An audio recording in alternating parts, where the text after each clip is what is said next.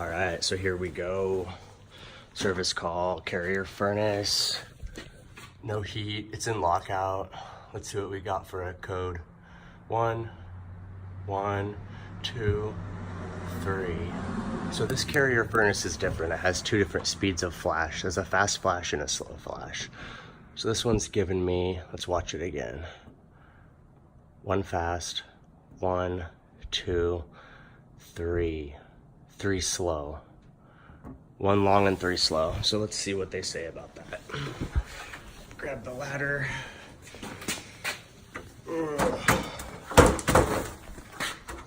Okay. So looking up here, 2-digit number. The first is the short flashes, so that was 1.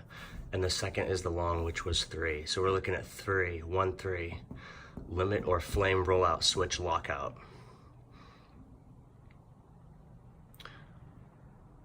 After auto reset after 3, which is funny because first thing I did was look at his return air filter, and you can see how dirty it is. I mean, if I hold it up to the light, you can't even see light through it. Like, it's filthy. It's filthy. And this is in the return. He says there's also one in the furnace, which you should never double filter your system. So if there's a filter inside here as well, it's probably dirty and it's probably plugged. So we're gonna go ahead and take the doors off, peek inside, and find out the condition of this bad boy. But that's an interesting error code. It's not too often you just come up on high limit codes. So see what happens. All right, so I got the furnace doors removed. Looking at the furnace, it's just pretty much a standard carrier 80%. So I did look inside. He mentioned there's 2 filters. There's not a filter in the furnace, which is typical. You only filter in one location. He is just mistaken. So control board looks okay. Capacitor's been changed out at some point.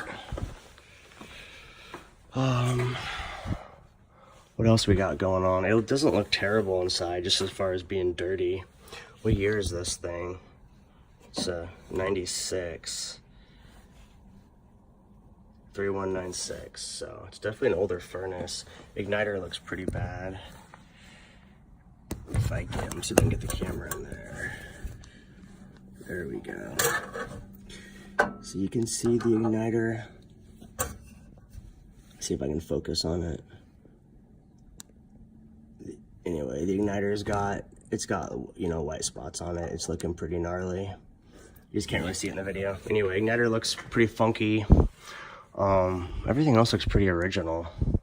So it looks pretty good. The next thing I'm gonna do is I'm gonna pull out this main limit and take a peek inside at the heat exchanger and just kind of get an idea for the condition of it, figure out if it's got you know, got any cracks on the dimples.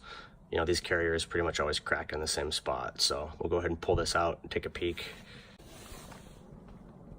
All right, so I went ahead and pulled the main limit switch right here, which gives me a little peephole into the heat exchanger. And so what I'm looking at is these dimples. You know, on these carrier furnaces, it's usually these dimples that crack. And so, you know, in this application, all I can visually confirm is, you know, basically each side of this one cell, right? I can see that side of that cell, and then I can see this side of this cell. And so I can look in there, and then the next thing I do is I just stick, I put my finger in and I just feel the heat exchanger to see if there's any cracks on it. I don't feel any cracks. It feels completely smooth. And then I know you guys can't see anything on the camera, on the video, but visually you can't see anything either. There's no visual cracks or anything. So it seems to be okay. And that's the extent of what I can check on this service call. You know, we don't have, the only other thing to do would be if you were going to take this whole thing apart, you know, you could pull out this venting piece, pull out the blower wheel, and then you could try to look down at the heat exchanger, or if we had a camera, you could put a camera in. So a previous company I worked for had these heat exchanger inspection cameras, which are really nice, and I really like them, but they cost like 3 or 4 grand, and we do not have one, but I believe that we should. So based on the tools and stuff that I have, that's the extent that I can check the heat exchanger visually for cracks or damage. So it looks okay. So everything else looks kind of okay. I'm gonna go ahead and fire it back up, and my guess is that it's probably gonna run. I think the problem was probably that clogged filter. So I'm gonna put it back together and we will find out. All right, so main limit's back in. This guy's ready to go, so I'm gonna throw the door on, see what happens. See if it just fires right up.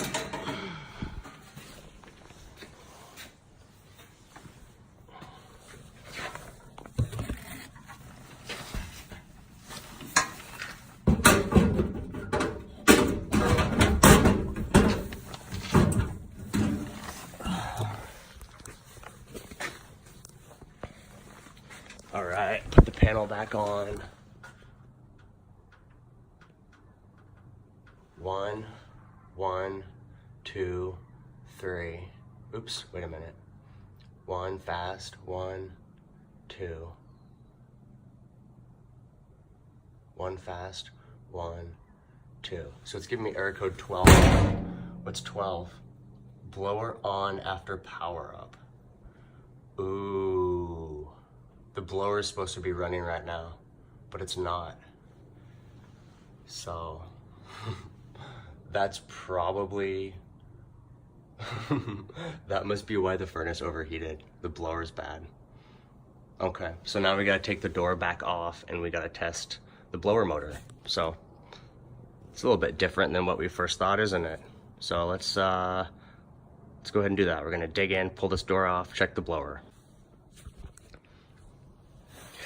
All right, so I got the door pulled back off. I disconnected all the blower leads here. I spun the blower by hand and it feels free. It doesn't feel like it's seized up or like it's, you know, the shaft is sloppy or anything. So it feels okay. So I went ahead and I have neutral or common on one of my leads, and I got it set up to ohms. And then I have each tap. So what I'm doing now, let me hit the light. What I'm doing now is just checking each motor winding. Now blue was heat and black was cool. So blue is really the one that we're worried about. The other two were parked. There's not like a fan speed or anything. So, but anyway, I just checked them all really quick. So if I go, we check the yellow tap.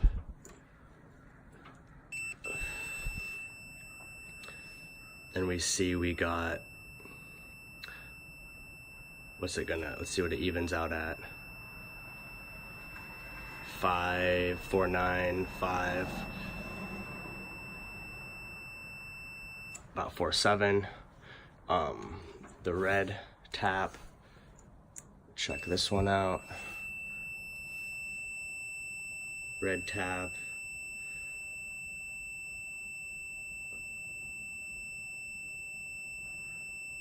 Coming in about 6.2.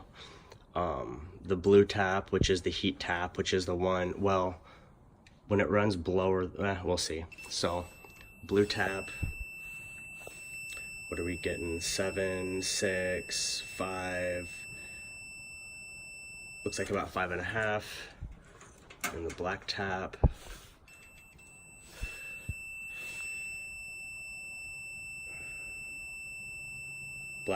we're getting 4, 3.8, 3.7, 3.6.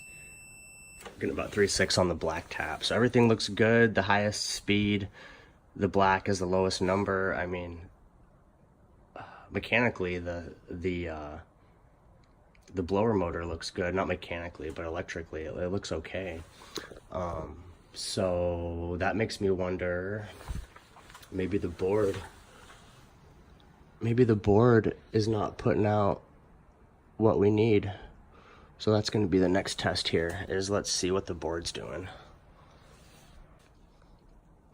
All right, so we got the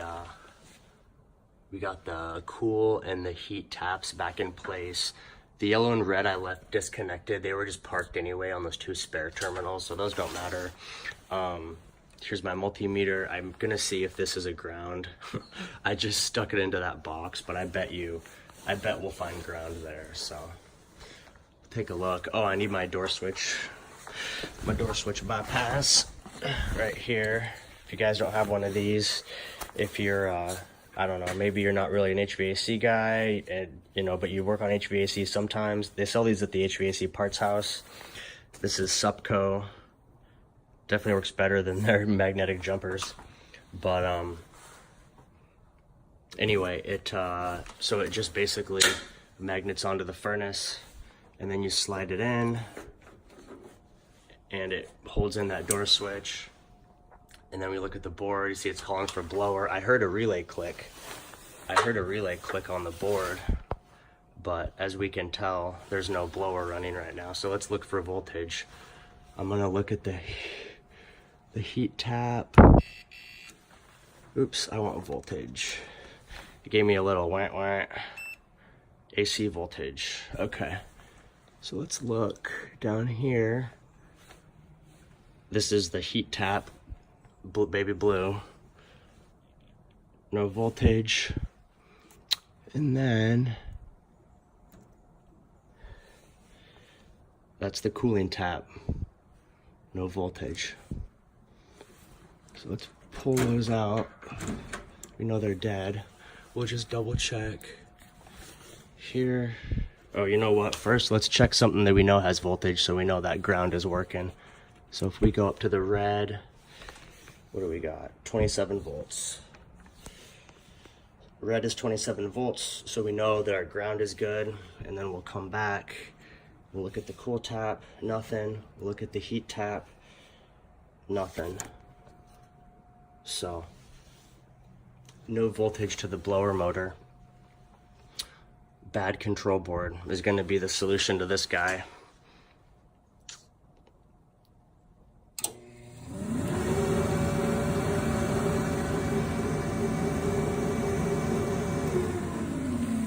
I'm gonna go ahead and turn it off. Obviously the blower doesn't work. There's no reason to try to run gas. It's just gonna trip high limit again. So yeah, this is kind of a strange one. I don't come across this too often where the board isn't outputting to the blower. That's just kind of one of those different type of symptoms.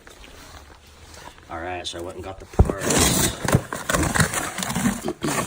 Got a control board and then igniter replacement, and talk with the guys at the parts house. It's a little bit different parts. Instead of just using the old style igniters, they went ahead and updated to like the nitride style, so it almost looks like a glow fly. But so we actually got a better quality igniter we'll be installing for the homeowner.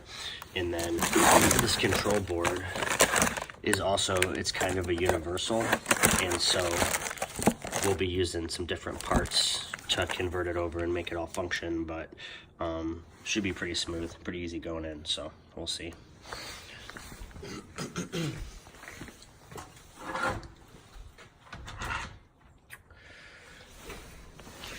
All right, so I think we'll do the igniter first. Let's see, let's get some light going here. Ugh. Okay.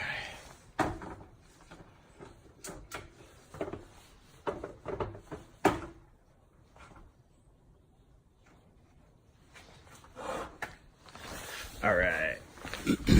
Got my trusty Makita.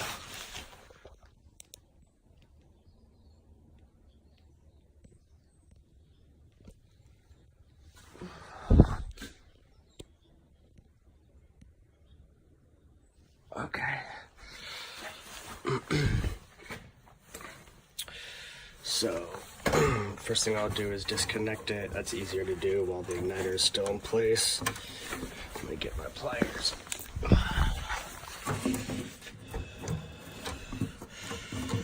It's difficult to do this stuff one-handed, that's for sure.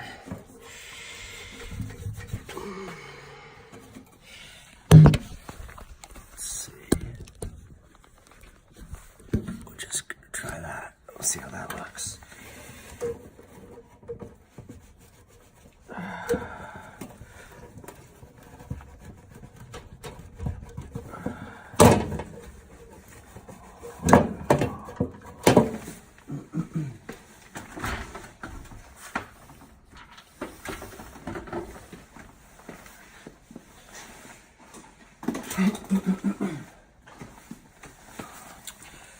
All right. So we'll grab this guy. Go ahead and pull this out. There we go.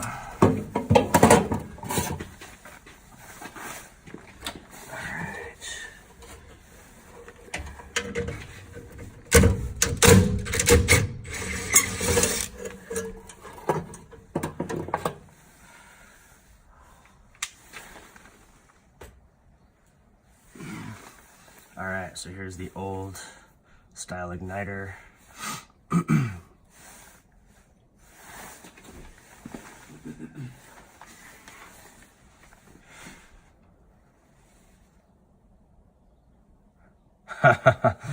And then here's the new one that they gave me. Like, that's not even close. That's funny. So that's, I mean,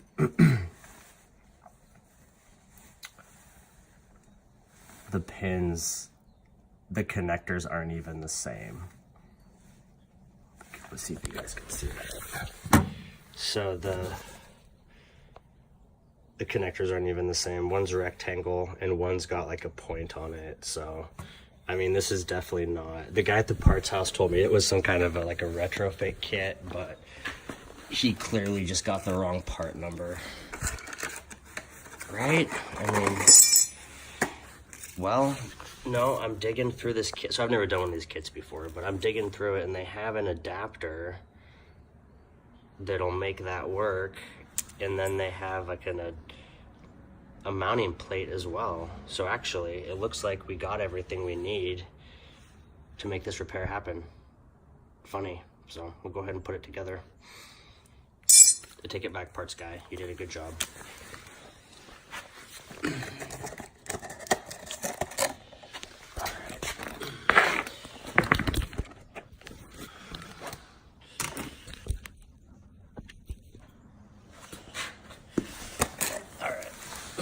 So we're gonna go ahead and that one is gonna go in like this somehow, probably like that. Okay, so let me get my drill, my Drillzilla. Okay, and we'll open up this goodie bag.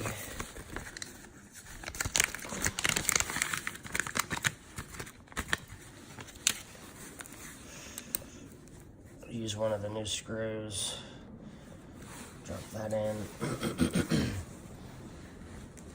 and then this guy is gonna go into this guy, so we'll go like this.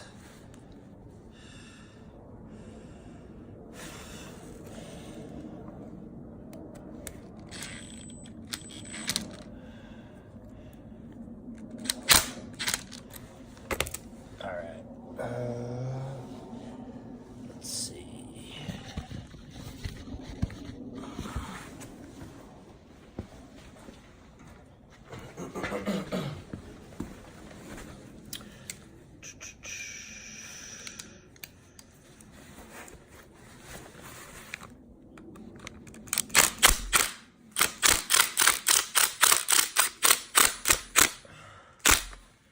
So that screw was really tight going in there. So I went ahead and ran it in with the impact.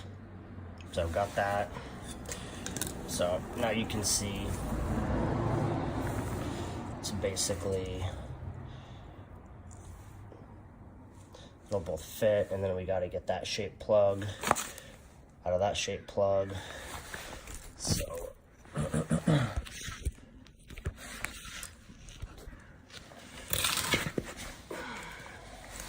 So we got this adapter. I'm just gonna plug it right in here. This is actually pretty cool that Carrier does this, that they just have like a, all-in-one kit for all their igniters, and it upgrades it to the better style ignition system. So it's a good thing for the homeowner. They won't have to replace this igniter again. This furnace will die before they replace it. So there we are. That's the solution. So we'll go ahead and throw this guy in. That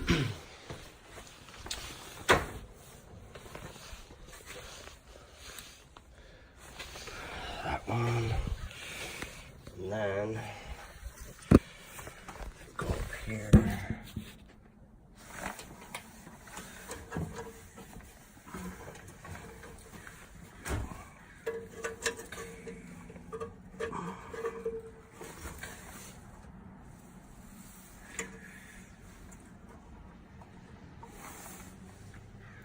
What's going on the back side?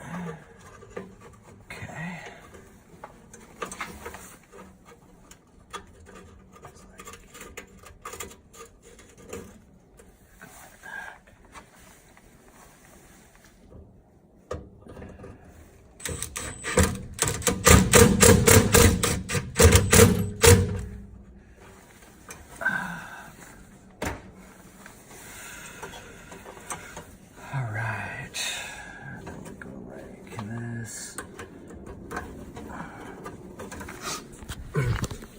Alright, so there it is. New igniter in place.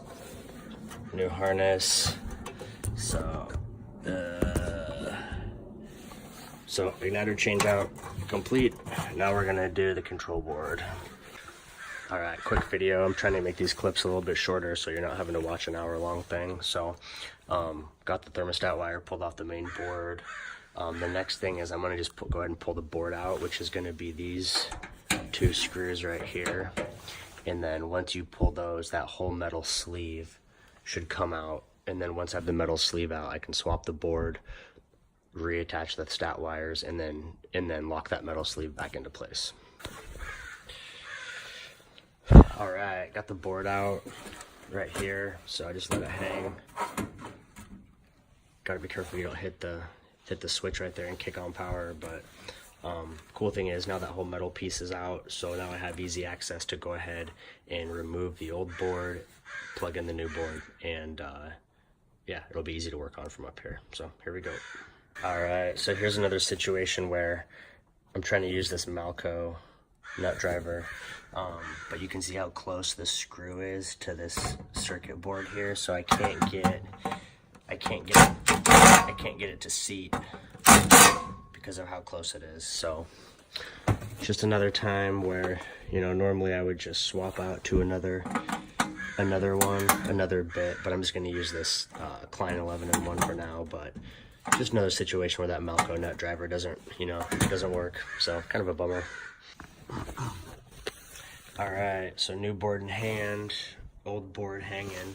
I went ahead and put that metal rack back up in place because it had the transformer on it. It was pretty heavy just hanging down, so put that back.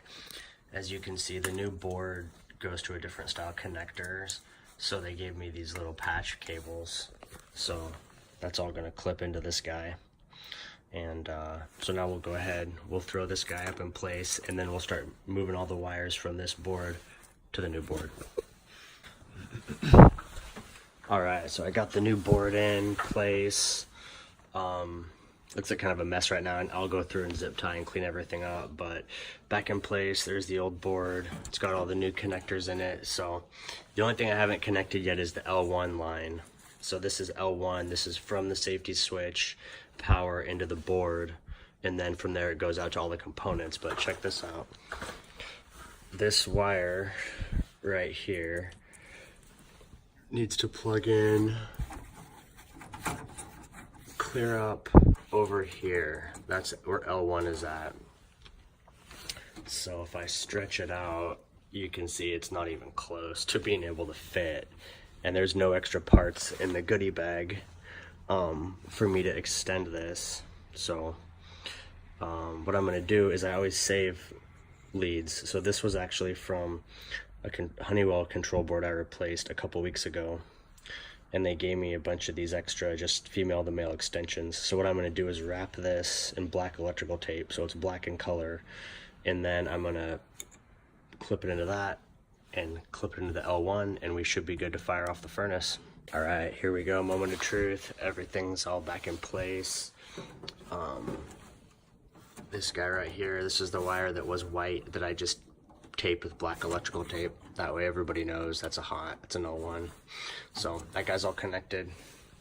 Now what we're gonna do is we're gonna put the door on, and I'm assuming this control board operates in the same manner as the previous board. So I should put this board on, and we should instantly hear the blower spool up, and probably run for 10 or 15 seconds, and then we should hear the combustion blower kick on, and we should have ignition. So let's see what happens.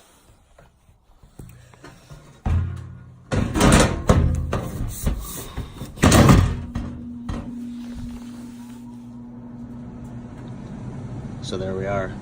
Right away, blower kicked on, which was the problem before. We didn't have anything. And so, what do we got? 1, 2, 1 fast, 1, 2 short. So it looks like it's the same. It came with a new sticker, but it looks like it's the same thing. It looks like it's blower on. Yeah, blower on after power up to 12. So blower should run for 10, it looks like 90 seconds. And then after that, we should have ignition. So we'll kick around and see what happens. Blower on delay just completed. Combustion blower instantly kicked on. Now we're looking for the igniter to glow, and then we're looking for the valve to open, and we're looking for combustion. Let's see what happens.